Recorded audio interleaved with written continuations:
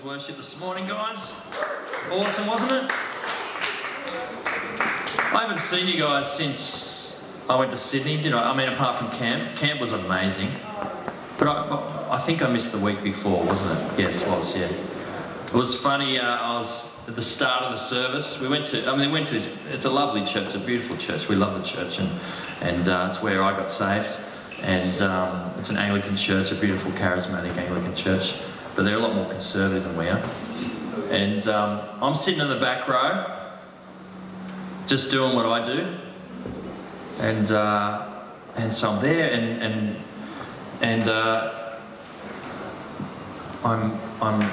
I'm hearing what somebody's saying. It's like, that's awesome. I'm thinking that's great. I'm like, yeah. And then realised that nobody else was yearing and nobody else was amening. And I'm like, and I did it my normal kind of loud self, and it's just like, I'm loud here, right? and then Enoch just looks around and he goes, Dad. So then from then on, I occasionally slipped out a few amens, just really quietly as well, but I was also just like, in my heart, just like, man, that's awesome, yes, yes. But I wanted to jump up and shout it. It was like amazing. And it was great. Enoch had a theological discussion with the kids' pastor while he was there as well. And he told it, because the kids' pastor said something about God bringing bad things to us. Thanks, Lance. Love you, buddy. And Enoch's like, that's not right. That's not right. He's like, yeah. And so even this morning that was mentioned. You know, God doesn't bring us the bad stuff. I mean, he might allow it sometimes, but he doesn't bring it. He doesn't make it happen. All right, this morning, guys, I want to talk to you guys a little bit about culture. Culture, just briefly on culture. It's kind of, I mean, there's messages that are encouragement messages. There's messages that are like a challenge message. There's messages that are, you know, to talk about leadership or other things like that. You know, sometimes it's a message of just like, hey, Jesus died for you, he loves you, and you need to know that. Today, that's not that today. That's not that today. All right, it's none of those things. It's just about culture. I mean, I love the idea about culture culture in a good and bad way can happen, right? I mean, if you're in a room full of people with the flu, it's quite likely that you might get the flu unless you're praying away those devil flus, aren't you? Like, no, I'm not getting that flu. You know, and when Steve comes over to you and he's still got the flu and he's like, hey, Glad! No, it's too late. Acts chapter 2, share all things.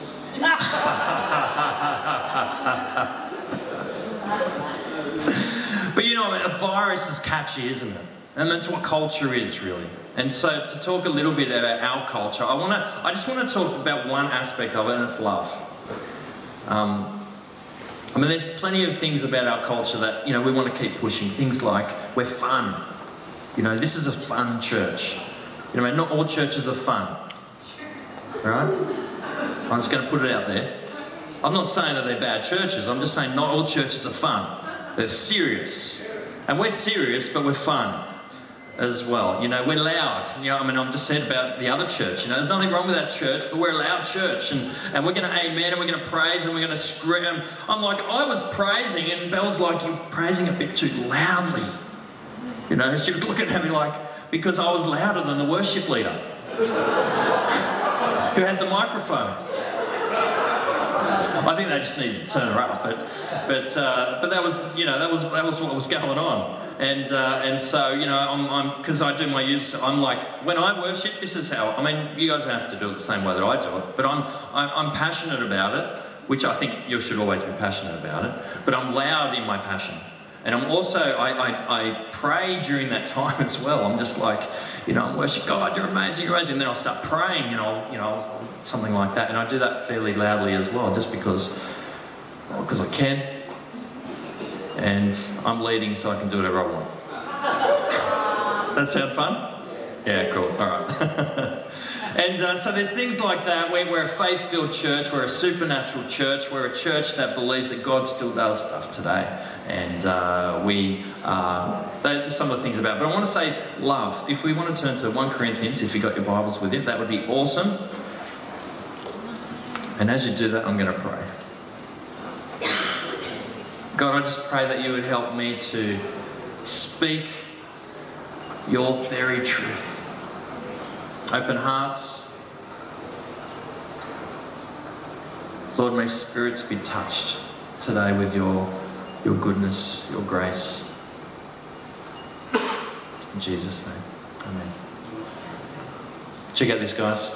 If I speak in the tongues of men and of angels but not have love, I'm only a resounding gong or a clanging cymbal. If I have the gift of prophecy of 1 Corinthians 13 verse 1, if I have the gift of prophecy and can fathom all mysteries and all knowledge, and if I have faith that can move mountains but I don't have love, I'm nothing. If I give all I possess to the poor and surrender my body to the flames but not have love, I gain nothing. What's Paul saying here? He's not saying these things are bad things. He's not saying that tongues is bad. He's not saying that prophecy is bad or that giving to the poor is bad or anything like that. He's got nothing to do with that. He's just saying if you do those things but you haven't got love, you've missed the point. You missed the point. Everything is about love. God is love. 1 John 4:16, God is love. He's not kind of loving. Like, he is love, personified. And we're made in his image, and we're meant to live life the way he lives. In his image. Love is patient, love is kind. It doesn't envy, it doesn't boast, it's not proud, it's not rude, it's not self-seeking, it's not easily angered. It does keep no record of wrongs. Love does not delight in evil but rejoices with the truth. It always protects, always trusts, always hopes, always perseveres. This is not an exhaustive list of what love can do. This is just a small list. Love never fails. Love never fails. You guys know the 5 love languages? Yep. If you're not sure of that, the 5 love languages are from the book. There's a guy called Gary Chapman. I believe it's Gary Chapman. Anyone correct me if it's not? And he wrote this book called The 5 Love Languages. And it's a great way to, I guess, to work out people in your life that you love, helping them to feel loved. It's not about finding out what your love language is. I reckon it's about finding out what the other person's love language is and helping them to feel loved. Does that make sense? All right. So they are, and I want to see your hands if this is you. Physical touch. Yes, we know Steve. Yeah, and Jason. I know that as well. All right. All right. Gifts. Gifts. Okay, Josh. I know. It's one poor. Right. Words of affirmation. Yeah, a few. All right, a few there. Acts of service. Put my hand there for that one. Quality time. Cool. Very good. I'm going to add one in there. So I'm going to ring up Gary Chapman and add a 6 because I was praying about it. Because what actually happened is I was praying. What are the 5 love languages? I'm like, God, I can't remember what they are. I mean, I've known the book, I've read it, and I just couldn't remember it. And so I was like, God, what's the love language? His Lord, and he just said grace. And I went, wow, that hit me. That hit me. That's God's love language, isn't it? Grace. And I think we need to add that in. So because, grace, forgiveness, acceptance, empowerment, that's what grace is, right? And I was thinking that, I was thinking that in terms of my relationship with people, I've got to have grace to show people that I love them as well. Accept them with all their faults and all their, funny little things that they do. So, touch, gifts, words, service, grace, quality time. And I want to talk about, for us, as culture of the church.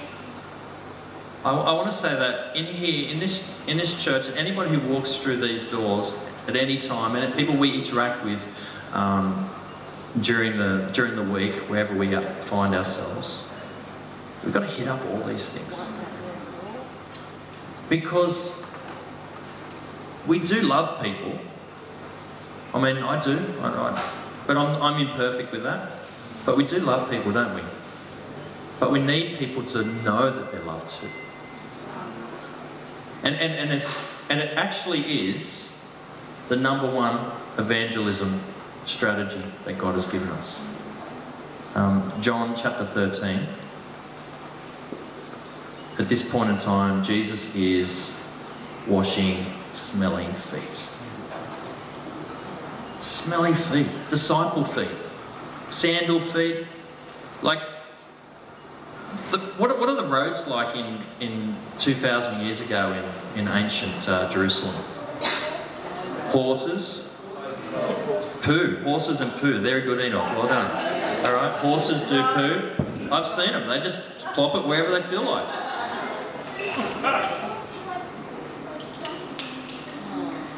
Jumping, yeah, jumping and poo. I want to be able to do that. That's a spiritual gift, surely.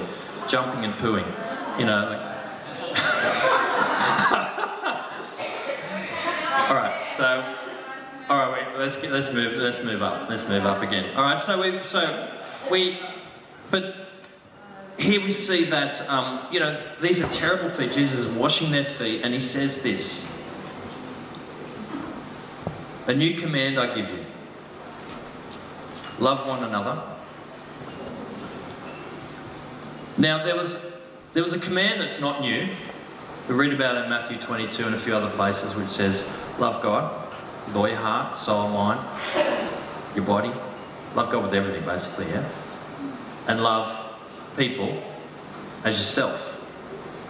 The two great commandments, right? Here's a new commandment. So before it was love people like you love yourself, which obviously includes loving yourself. Guys, if you don't love yourself, just stop it. Start loving yourself. But then love people the same way that you love yourself. It could be, actually, I mean, it could be an issue. If you don't love other people, maybe it's an issue that you're not loving yourself too. Possibly. But here Jesus says, this is a new command I give you. Love one another as I have loved you.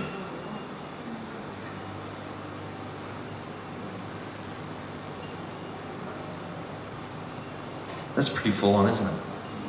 How did Jesus love us? Died on the cross. So he's actually saying that we need to love each other to the point of death. This is a challenging word, isn't it? But a true word. Lord, I'm just going to pause for a second. God, just help us to love one another. To the point that we would lay our lives down for each other. Help us. That needs to be supernatural, Lord. We cannot do that in our own strength. It's got to be in your strength. So we ask, Lord, for that grace to be upon us, Lord, to be able to do that. In your strength, in Jesus' name. Amen.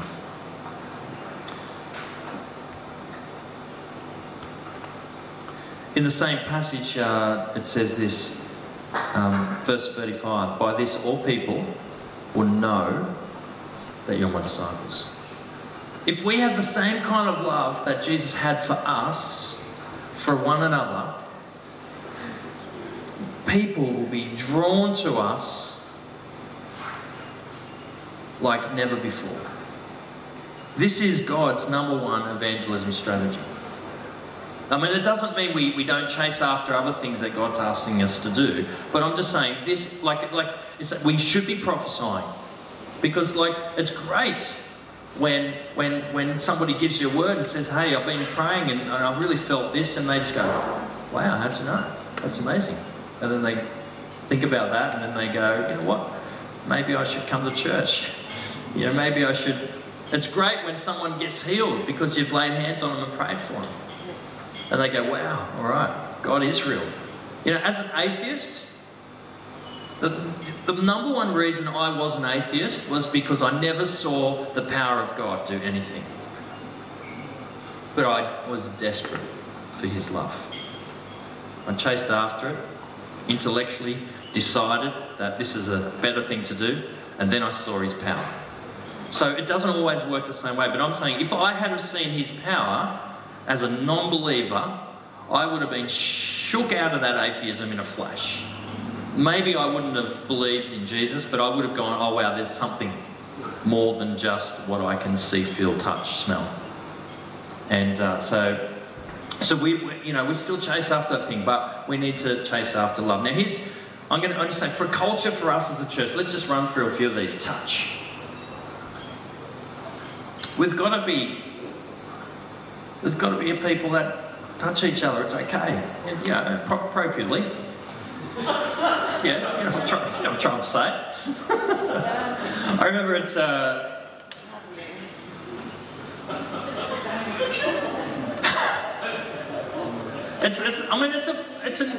interesting kind of, I remember when I worked in a school down the South Coast, I wasn't, this is brother. Thank you, brother. Thank you. Yes. I was told, do not hug the kids under any circumstances. And it's actually legal. I'm like, oh, what am I going to do? So I had 7, 8-year-olds coming. I was like, hey, how's it going? And they would come running up to me and they wanted to hug me. Like a massive bear hug. I was a genius at the side pat. I became a genius at the side pat. You know what it is? Josh, you want to come on and give me a... No, he doesn't. Please. Come on, Owen. All right, so I'll do this one. Now you got to run to me like you want to hug me, right? Hey! And I felt terrible. I felt miserable about that. But hey, guys, look. You've got to just be aware of who doesn't and who does want to have a hug and all that kind of stuff, and just kind of do it the appropriate way. But you just, I'm not saying the side pat is what we need to do or anything like that. But I'm just saying it can be a shaking of hands, absolutely. So remember, I want you to remember other people's love language as well. Try and think about that as we go, right? Gifts. We've got to have generous hearts as a church, guys. We've got to be generous, and I don't mean just yes, it's money. Yes, it's things you can make. Some of the best presents are things you can make, right? It's one of the things that we're thinking about doing at Christmas time a little bit, because, like in our family, we just give money to each other. It's like, well, we're just exchanging money, and we end up with the same amount of money I just had before. So I give you $100 for Christmas. Merry Christmas. He gives me $100 for Christmas. We've both got $100. Great, I can spend $100 now. I just got it for nothing. And I'm broke because I gave the rest of the family money too. But I've still got heaps of money to spend. It's crazy, isn't it? But do you know what I'm saying? So we thought, well, maybe we should start giving gifts that we make. At least in some ways they're a little bit more priceless. I've heard of people fixing cars, old bombs up, and giving them away to young married couples. Isn't that a great idea? We've got to be a blessing to others, don't we? We've got to be generous. We've got to be generous. Words.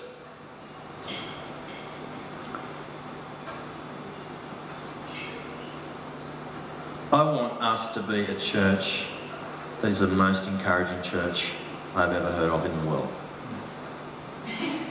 In the world.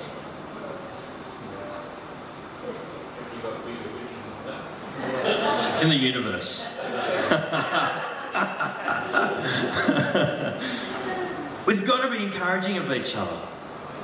I love the idea of who's the guy who's called the fruit of encouragement? What's that guy's name? Barnabas. Barnabas, thank you, Steve. Barnabas. He is called the son of encouragement, or the fruit of encouragement. Sometimes we kind of go, oh, well, he must have been a really encouraging guy. No, he's the fruit of encouragement. I mean, the Bible's really clear about telling us what his name means.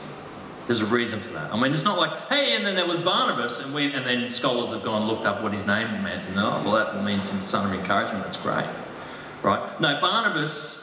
The Bible tells us that Barnabas means fruit of encouragement, and he was a guy that would have been. He would have been an encouraging guy because he would have done what had happened to him. But this guy is incredible. He hung out with a guy called Paul for a little while. I don't know if you've heard of Paul. Anyone heard of Paul? He hung out with Paul, and it was Barnabas and Paul. Barnabas and Paul did this, then Barnabas and Paul did that, and Barnabas and Paul did this, and then they did that, and then they did this, and then it changes to Paul and Barnabas did this. Then Paul and Barnabas did that. Paul and Barnabas, Paul and Barnabas. What happened? Barnabas is like, Paul, you're the man. You keep going, you keep preaching that, brother. Come on. Come on. Come on. Come on. Give me some. Come on, give me some. Come on, encourage me, right? I need some encouragement. Yeah, thank you. All right. It doesn't work when I've said encouragement. You've got to, draw it out of people, right? Thank you, Owen. Come on.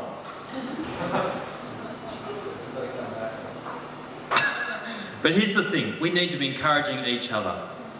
So I want to be an encouraging pastor. Hopefully I am, but I want to be more encouraging. Like I want my ceiling to be these guys' floor.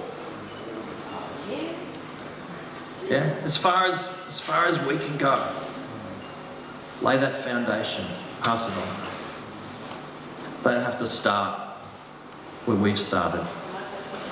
Yeah. Yeah. That's awesome. I remember saying that on camp, and it's like one of the reasons you've stayed, because you can feel it. Yeah, that's great. Thank you, Karen. So in that, I wanted to say too that let's not do sarcasm. Oh, really? Yeah, we have. Unless it doesn't hurt anyone. All right. Let's be careful of sarcasm. Like the word sarcasm actually talks about tearing down, tearing flesh. Actually, I think is if you break it up. And then let's not do that. Let's prophesy over each other too. Like that's supernatural words. That's loving people in a supernatural way with the words, right? The Bible does say to eagerly desire that, so let's do that, and let's be thankful for each other too. Hey, thanks for that. Thanks. It's awesome. Thanks. Thanks for opening the door. Thanks for this. Thanks for that. Oh, you did a great job on the words today. Thanks. Music team, thanks. You did an awesome job. Didn't they do an awesome job today? Josh and Enoch. Come on. Come on. All right, service, acts of service. I mean, this is a big thing in church, and usually church is like service, because we need help, right? But it's a true thing, right? And that's got to be part of our culture. But I want to say, look, this is part of your sacrifice of love, is serving, right? And to do that, we need to do it with excellence. We need to be reliable. We need to be prepared. We need to be on time. We need to be going the extra mile. This is what serving our Lord's all about, isn't it? I went to at the C3 conference just recently. I went to one of the business seminars, and the guy there was a CEO of a big company, made millions of dollars, and was telling all of us who didn't have any money how to get money and be successful in business. So I was listening really carefully. And he said that he started out as a trolley boy, and he was 16 when he started out a trolley boy, and he said, when anybody asked me what I did, I said, I'm in charge of $100,000 worth of company assets. That's good. The way he thought was very different. And he said they were the best trolleys around. He polished the trolleys. If you know how the wheels go wonky? Oh man, that's a terrible thing, isn't it? That's a terrible thing. Terrible first world problem we've got there, isn't it? When those trolleys are wonky and you're like, ah! None of them. He fixed them all up. He'd bring in his own screwdrivers and fix them all up, and it was amazing. And guess what? He wasn't the trolley boy for very long. By the time he was 17 or 18, he was in charge of about 25 staff, and still at school, just working part-time, but in charge of like a whole bunch of full-time people. Here's the thing, when we go for excellence, amazing things happen. Amazing things happen in your own life, but also it's such a blessing. Let's do it, let's do it, let's chase after that. If you don't know how to serve here in the church, I'll give you something to do. I'll tell you, I will, I'll give you something. I'll tell you where to go. I'm feeling a little bit cheeky this morning. Bowls. Bald or bold? Bold. Bowls. Both for the Lord. Do you reckon Jesus has no hair? He's got hair.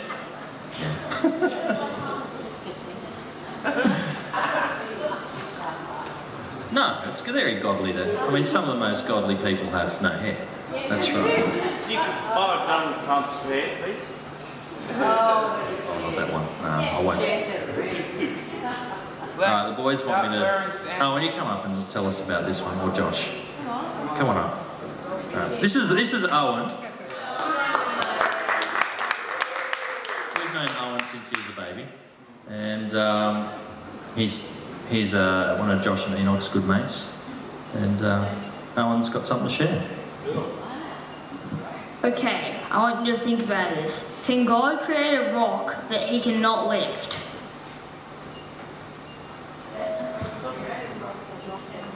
Can God create a rock that he can't lift? God can do anything, can't he? Yes. Right, so he can create a rock he can't lift. But then he can lift it. Because he can do anything. Alright, just think about that for eternity. That one's a mind-blowing one, isn't it? Mind-blowing one. Alright.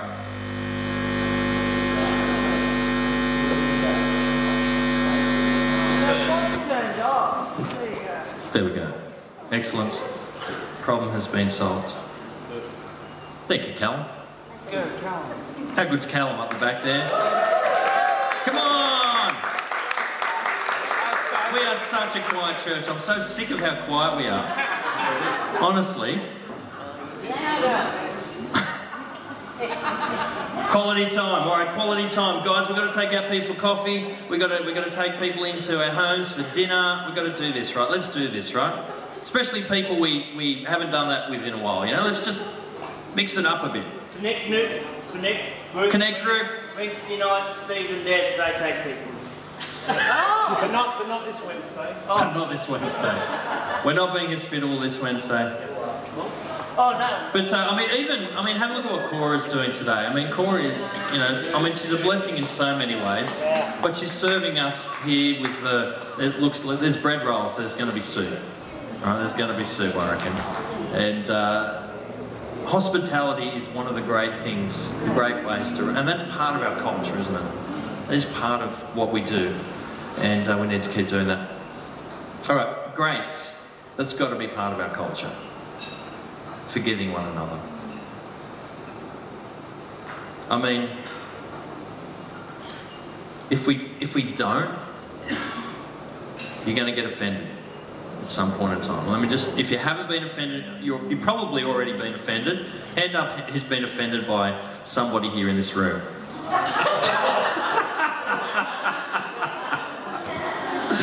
Hands up if you've been offended by your pastor. Yeah.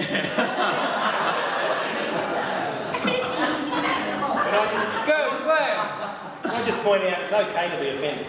It's not a bad thing. That's true. That's true. That's true. You can be offended and it was still right as well.